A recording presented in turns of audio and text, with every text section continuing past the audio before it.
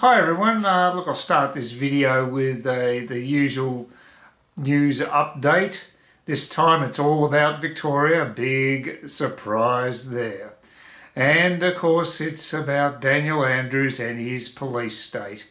And his latest edict is to have a ring of steel around the city for people who are trying to get out of Melbourne and go to regional areas. Apparently there's a stack of checkpoints along the routes, and there were 13-kilometre queues of traffic trying to get out of the city because everyone's being checked. 100% off-peak, and during peak hours about 80% of people are being checked. This is just incredible. It's not the Australia that I was brought up in. There's people in police uniforms everywhere, and they seem to be intruding into every aspect of Melburnians' lives. And it's a shame that the rallies against the lockdown are so small. They're not really enough to make any great political headway, I would think. But it's obvious to anyone that the way this is being handled is really making life almost intolerable for Victorians.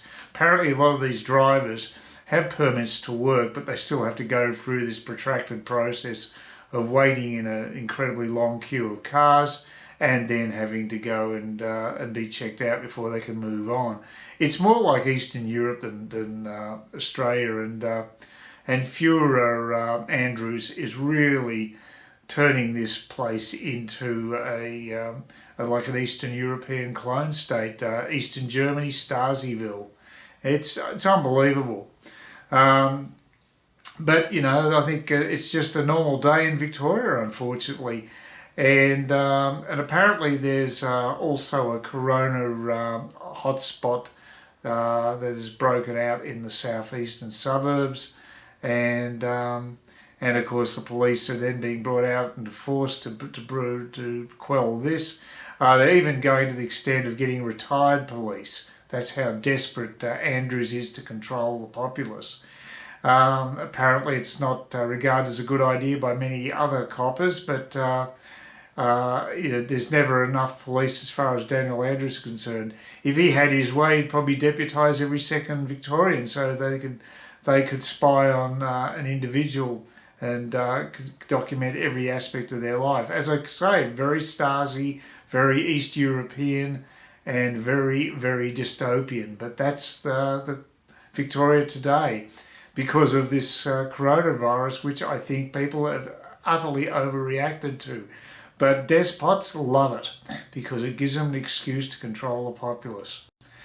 And just the final point here was about the freedom rallies. There's a freedom rally that was ran in Brighton, which is fairly close to the CBD, Elstonwick Park in Brighton, only a few kilometres from the CBD, and there's only about 100 protesters, which is a bit disappointing. I would have thought that probably a bit of momentum would actually build up, and that we may be looking at thousands of protesters to get a bit more coverage. But of course, the police handled them in the usual heavy-handed way, handing out fines like they were confetti, and basically not allowing freedom demonstrators to vent their spleen. It's pretty typical. I think freedom is a dirty word in Führer Daniel Andrews' playbook. He'd rather just have compliance, obedience, don't think. Just obey. That would be the way that Daniel Andrews would set up his ideal society. Yeah, it's Wednesday. This is the first opportunity I've had to actually record anything on this walk because it's blowing a gale elsewhere. It must be protected by this building because it's actually not too bad here. Weird thing is, I got this letter in my letterbox. It was handwritten in my name. And I thought, that's very strange. I thought, must be someone to do with body corporate or something, someone in the local, so in the block, I guess. I still don't know how they knew my name, but as it turned out, it was just advertising for real estate.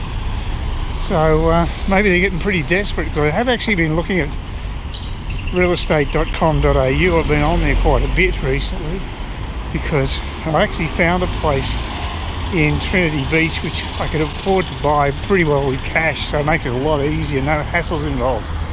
And it's paying about, I think it's about $290 a week in rent. There's currently a tenant there, which doesn't worry me that much, because I don't need to really move from where I am for the time being.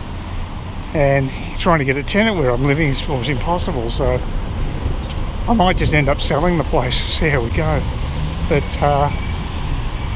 But I looked at the body corporate's $5,000, which is pretty standard actually up here. I've got a body corporate that's closer to $3,000, which is a very good deal, but that's an exception rather than the rule. Most of the body corporates are around the $5,000 level, so are they going to let me go? Thanks. That was nice of them. Can't believe this. I just left the shopping and I forgot to buy the garbage bags yet again. There's one item I'd actually put in at the top of my mind. I've got to write it down. It's absurd. Oh, I got other stuff that was good though. So green peppers on special. That was good. And yeah, got everything I wanted except for the bloody thing I've found. It's not a huge thing, but oh, it's getting ridiculous. It's just 2 times in a row I've just forgotten to buy it. Crazy. Absolutely crazy. I'm getting old. Having a Biden moment. Oh, that's another thing too. I was watching Sky earlier today, and apparently Anastasia Palaszczuk just has dropped $500,000 of taxpayers' money on research into how the electorate feels about the COVID-19 epidemic. Now that is pretty unethical, seeing it's obviously there's an election coming up, and apparently there was supposed to be a restriction of about 6 months prior to an election spending that sort of money, which is taxpayers' money, to basically convince them that she's wonderful. Well, that's not good enough. So corruption continues on. I hope Queenslanders punish her at the ballot box for the Jackie Trad stuff. Jackie Trad bought a property, which was, she knew there's transport infrastructure about to go in there, so she made a profit with inside information, just not on. But they reckon that Jackie Trad might get back in. Well, that's an indictment on Queensland voters if that's the case. She should be given a big A. So I'm just hoping that people in this state give Anastasia the big heave-ho too. But there's no guarantees. Well, the Victoria Police didn't come themselves in glory yet again. This time it wasn't about a protest, it was just about someone with major mental issues. And my cousin actually, she lives in Lilydale, and that's where it occurred. And she was actually shopping in the shopping mall when it took place, and someone actually locked the door so she couldn't get out where the perpetrator was. He had a knife, and all the cops had was guns, and ended up shooting him because they didn't have access to tasers, which I thought would be basically standard issue equipment for police, but apparently not. I guess when it comes to a Stasi type police force, which is what they've got in Victoria at the moment, they'd rather just use lethal force. Seems to be the priority. Well, at least the cops involved in this incident weren't impressed, and they certainly wanted tasers, and they were right. But the people in control of the Victorian police force don't have a clue, in my opinion.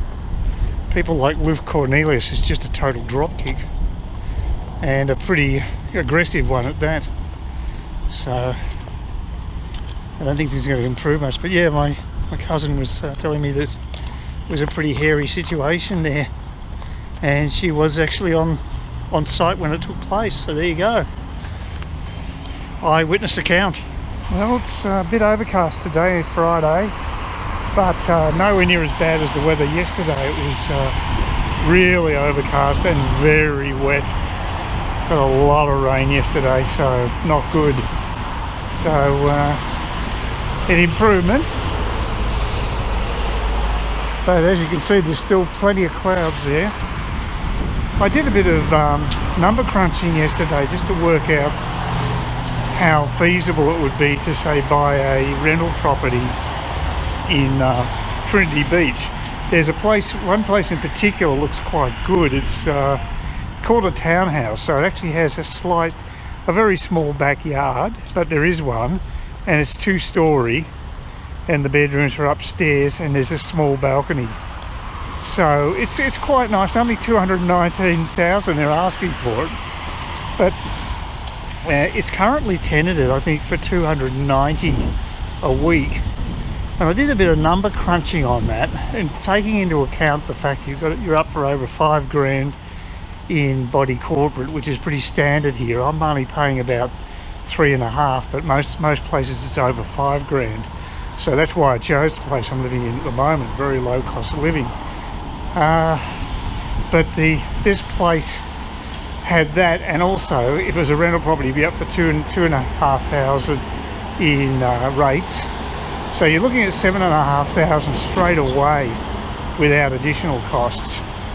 So what you're looking at, if you really tally it all up, if it's $290, you can probably slice, well, almost $200 from it, really. I mean, there's not much real net rental income from that when you think about it. So, you know, it's not a viable proposition. I worked out that the actual rental return I would get would be a little bit over between 2 and 2.5%, as opposed to getting 1.5% for cash that I have at the moment. Now that may be abysmal, but I don't have to worry about tenants. There's no hassles like that, which you do have if you've got a tenanted property. You have to worry about whether you've got bad tenants, and you've got to also pay for the management fees of for the real estate agent. So, you know, there's really bugger all money left over, and I think the only way you could really have a rental property and make a decent return, you have to pay more for the rental property. So you have to be able to charge a higher rent to cover those fixed costs, because over here the $2,500 is what you're up for council rates, whatever the property value used to be. It seems to be pretty well a flat rate, which I don't think is particularly fair, and maybe there's a need for reform there. But if you've got a cheap rental property, I don't think it's very viable here. I don't even know why people bother renting out places like that, because there's just too many costs involved. So I guess all they're asking, they're probably hoping for, is a capital gain with the property, because the actual income is pretty ordinary. So basically I'd need to buy a more expensive place, which means I have to sell the one I have now. I could buy the $219 no problem without any encumbrances. I could do that, but I just don't think it's a smart move. I mean, it's a place I could live in. It's actually in better nick than the place I'm in, but it wouldn't be good as a rental property. That's all I'm saying. So if it was my primary residence eventually, that could make sense, but not as a rental property.